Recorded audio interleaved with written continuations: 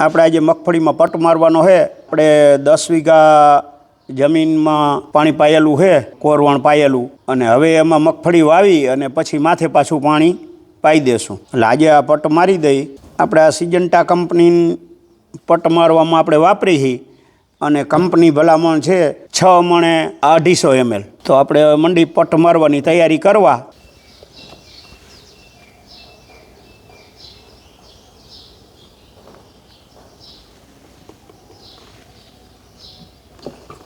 આ 50 ml નાખ્યું છે આપણે। હાલા 2 બસ। આપણે 100 ml દવા નાખી છે અને એના અમે 2 ડબલા પાણી નાખી દઈ।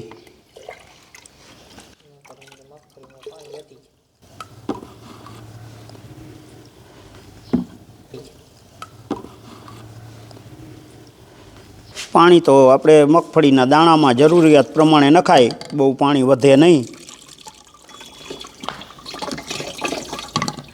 એટલે।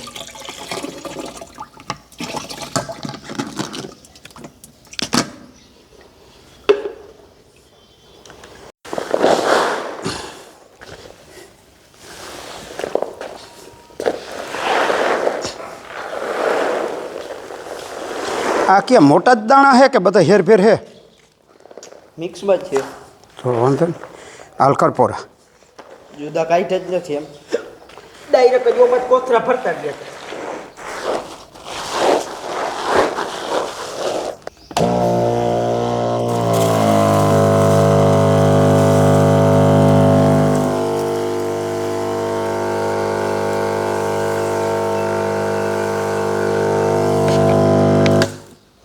ફેરવ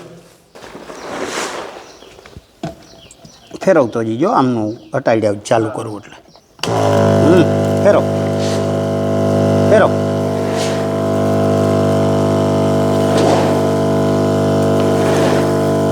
બસ ઢોરાય।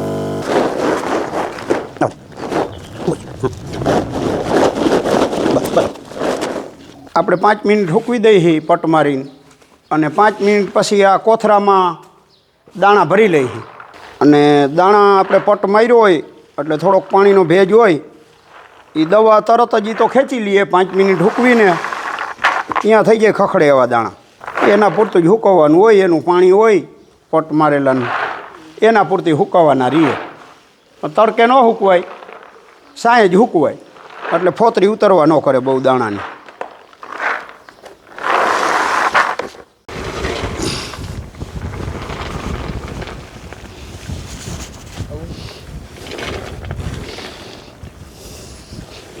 આપણે કોરવણ પાઈ અને મગફળી વાવવાનું આપણે મુહૂર્ત કર્યું છે ભામણવાડીએથી। કાલે શનિવાર હતો એટલે શનિવારે મુહૂર્ત પૂરતું આપણે 3 વીઘા વાવી ગયા હતા, અને રવિવારે વાવણીનું મુહૂર્ત ન કરાય એટલે આપણે શનિવારે મુહૂર્ત કરી ગયા હતા। અને આજ રવિવાર છે, આજે 10 વીઘા જમીન વાવી દઈ અને પાણી હાલતું કર્યું છે। પાણતીઓ જો આમ પાણી વારે છે। અને આપણે આ G20 મગફળીનું વાવેતર થાય છે અને પટ મારેલો છે દાણાને, અને વીઘે 27-28 કિલો દાણા નાખી। 18ની જારીનું આપણે વાવેતર છે। અને ઓયણી આપણે મગફળી વાવવામાં વાપરી ગુજરાતની ઓયણી છે। હાલો મંડી વાવવા।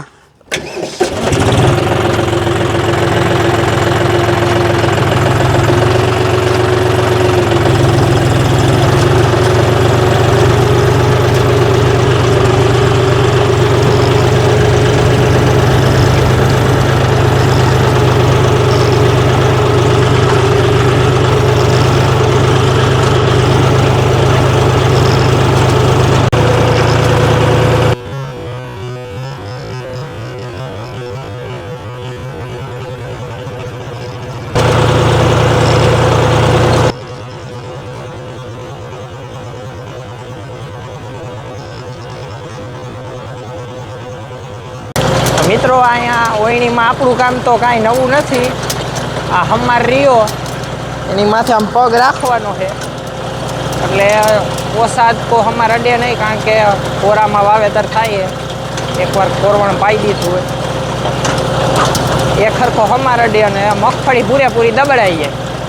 હિતાવીના વાવેતરમાં ને 18ના વાવેતરમાં કાંઈ બહુ મણિકામાં ફેર નથી પડતો.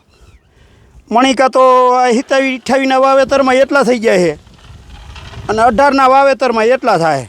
પણ 18ના વાવેતરમાં એટલો થોડોક ફેર પડે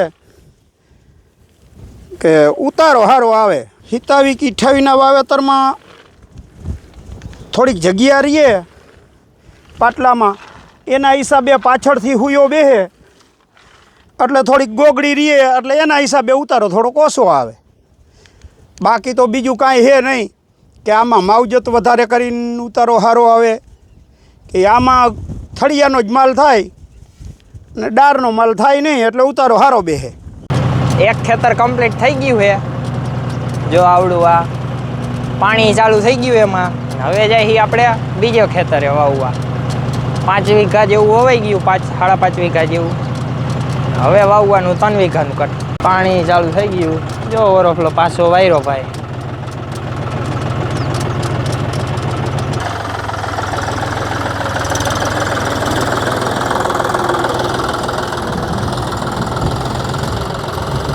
આપણે આ પટ મારેલો છે એમાં 2 પ્રકારનું કેમિકલ ફૂગનાશક આવે અને 1 પ્રકારનું કેમિકલ આ મુંડા ન આવે એનું આવે. આપણે આ પટ માર્યો એમાં